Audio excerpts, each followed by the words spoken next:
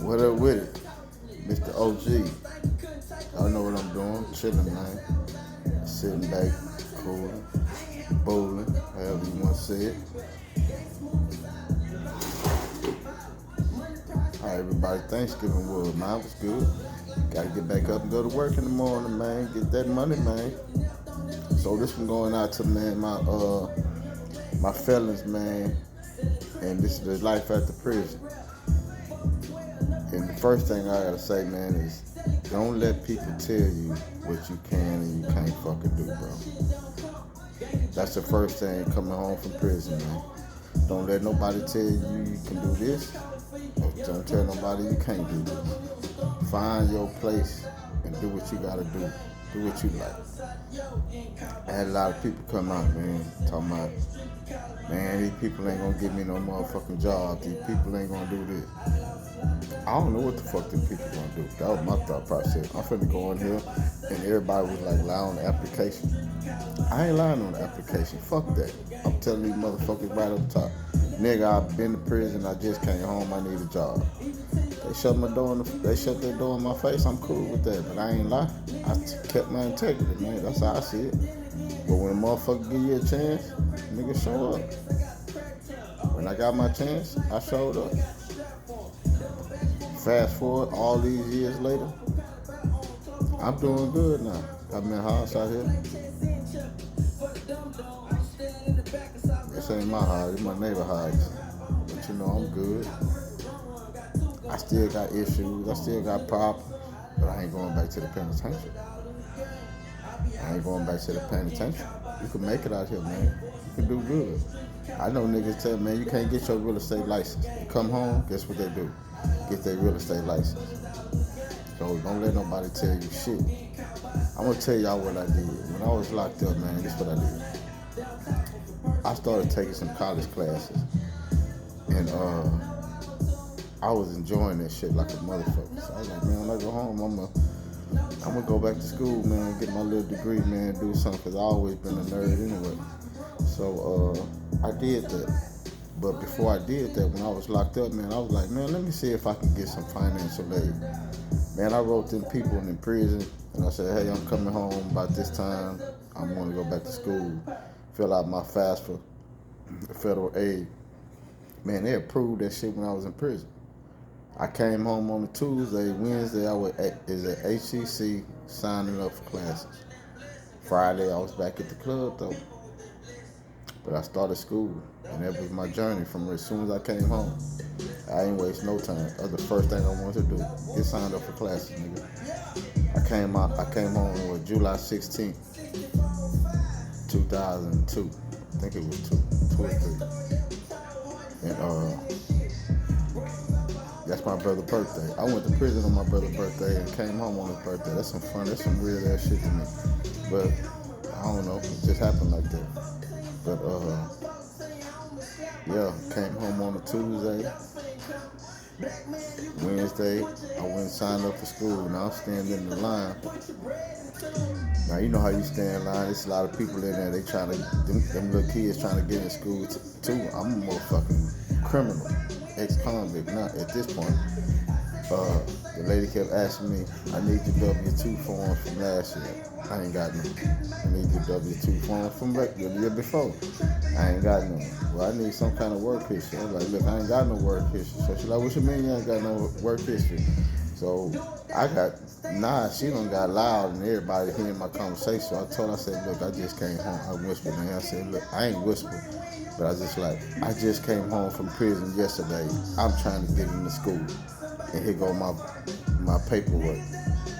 Shit, that motherfucker opened the back door, fucking let me slide in and took care of my motherfucking ass. I ain't bullshit. When she said that and see I was serious about that shit, she opened the door. I went back in the office back there. You know how they got the glass thing up? She took me back in the back and hooked me up like a motherfucker. And that was my journey from there. And check this out. So when I first started, I was at HCC, Houston Community College. So I already had all these credits, like I had English 1301, you know, Everybody got to take that basic 1301, 1302 composition rhetoric. You got to take that in English. So I took that. I had speech classes. I had my sociology. I had all this shit. I had a math class. I had all this shit up under my belt. Now I'm saying, man, I can use this shit to get a degree. San Jacinto College was the only people that's giving that program at this time, the degree program. So I was like, let me go to San Jack and see if they're transfer these classes.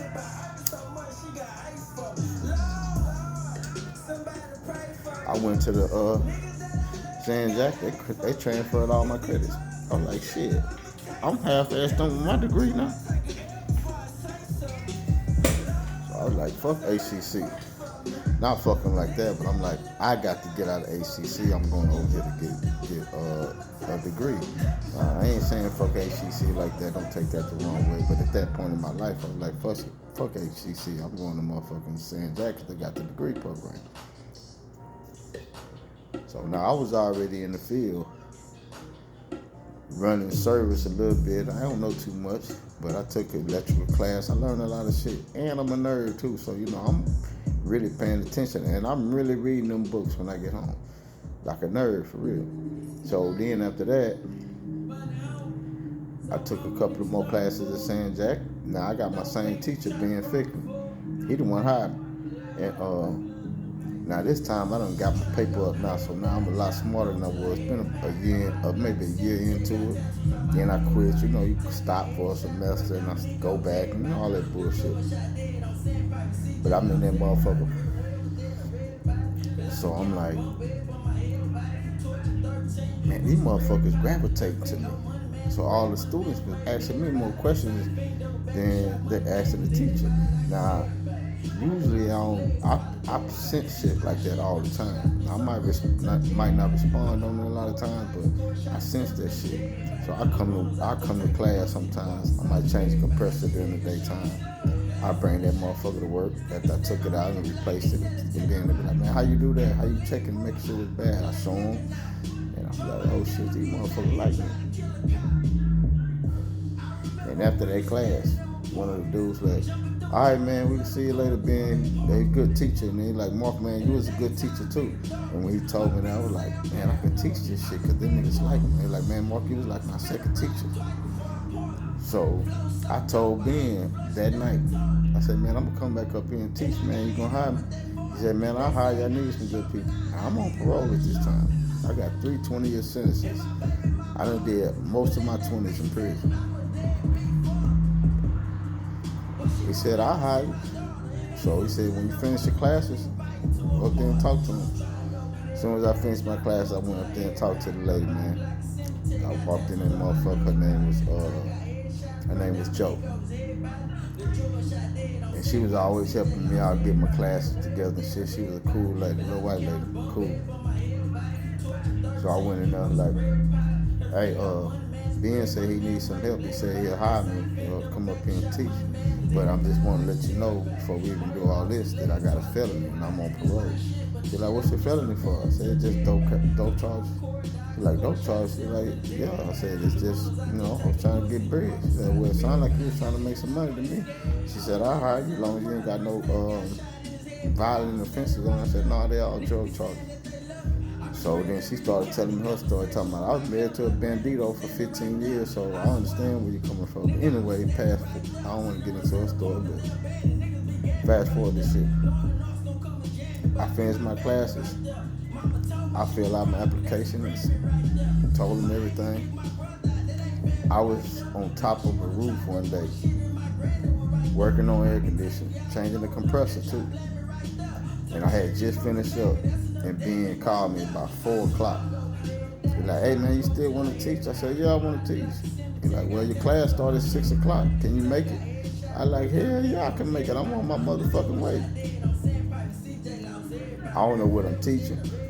I ain't never taught before. I'm a convicted felon out of prison, just doing AC work, trying to make it. I get to the school. I said, what I'm teaching? Refrigeration principles. What chapters are they? He pulled out the chapter. I forgot when it was, but it was in the Cengage book. Man, the first chapter was psychometric charts. I looked at that shit. I was like, man, I ain't looked at this shit in years. I can't motherfucking explain this shit to no motherfucking body. So I went in there and bullshitted the first couple of classes. Went home, broke that book out, studied that psychometric shit. Nigga went back in there and spit that shit. Asked me a question, nigga. I'm good now. I had to get a refresher. It's not that I didn't know it. I didn't know it enough to explain it to somebody else that didn't know what it's about. And I always say, if you know your job, you'll be able to explain your job. If you can't explain your job, you don't know your job. I'm talking about all the way down to a T. I can explain that shit to a T. All the way down to whatever. And that nigga hired me, man. I was happy in the motherfucker, man. I'm like, I'm on parole. I got 3 20-year sentences. I spent most of my 20s in prison. And now I'm teaching classes at the motherfucking college. Nigga, I took that shit, man, and ran with it. It got better and better. Now I can spit classes without a book. What chapter is it doing? 84, 85, 86, 87. All right, that's industrial air conditioning. Okay. That's chillers, exhaustion chillers, hydronic heat, all this shit. Rooftop units, over 25 tons, DDC controls, all this shit. So I can go in there and spit that whole motherfucking class off the top of my head. Now, at first I couldn't do that. And the funny thing about it, I taught myself how to teach. I got a whiteboard in my goddamn garage. I come out here and get my pen out and act like I'm teaching a class by my goddamn self. Writing this shit on the board, and I can't draw good, so I was practicing on that too. So, and the message is, man, I'm still teaching now. I teach at Lone Star College. I teach at San Jacinto College. And I might go back down to ACC, man, because I heard somebody down there that was my teacher still down there teaching. And they like moved up. They like head of the department. I'm like, man, that'd be cool if I go down there and meet up with one of my old teachers, man, and be teaching with her. It's a girl. I don't think she's gonna remember me though, but I'm gonna go down there and see if she remembers me. And it don't matter if she do or don't. His life gonna go on regardless. But what I'm saying, niggas, I'm teaching at the college. Don't let nobody tell you can't sell no houses. Don't let nobody tell you can't come out here and accomplish anything you motherfucking want to do, nigga. For real. I'm good. I'm really good. It feel good to come home. And I ain't gonna say have a level of success, because I still feel like success is how everybody else measures.